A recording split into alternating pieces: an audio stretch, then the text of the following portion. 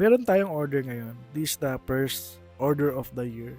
2 units. At ito, print ko na lang yung name header na request ni client. By the way, 2 units nga pala ito. At nag-print na rin ako ng extra sticker para dun sa mga susunod na lineup. Flex ko lang konti yung layout tsaka quality ng image na output nito. Makikita nyo naman kung gaano kalinaw, kung gaano kaganda yung mga ginagawa nating sticker.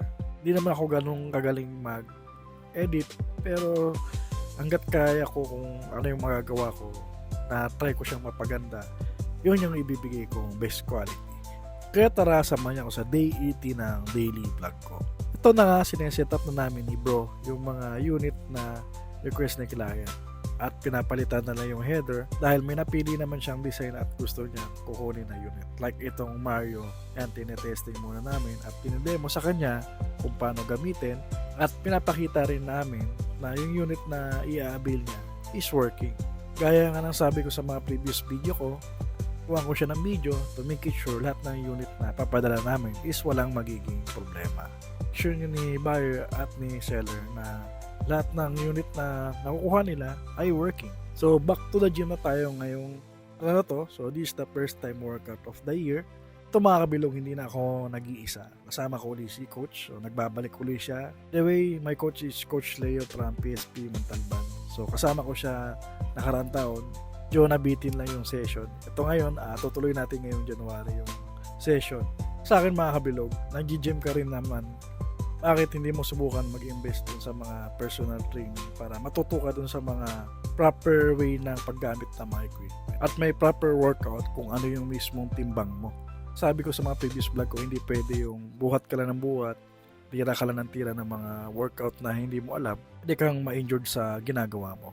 Session kasi nito mga kabilog, meron akong workout plan na ginagawa or tinuturo sa akin ni coach para dito sa katawan ko lang. Marami kasing workout plan yan mga kabilog, depende dun sa eyes mo, muscle gain, fat loss, at marami pang iba. So ngayon kasi dahil mataba pa ako, nasa around obese 1 pa lang ako, ang kumuda daw mag-fat loss at mag-build ng strength.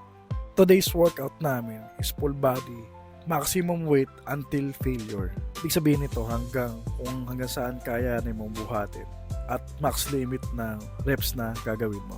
Hanggang hindi mo na kaya talaga. Pero nandiyan pa rin si coach para i-spot ka. Pag alam niya hanggang doon ka lang sa limit mo, stop na tayo. Alam mo rin yung capacity ng katawan mo at yung feelings na kung hanggang saan ka lang. Advice naman ni coach sa'yo lahat yan bago mo gawin yung workout. Katapos ko mag-workout at mag-treadmill, sumasaya ako sa mga itong activity like core fit, itong ginagawa ko ngayon.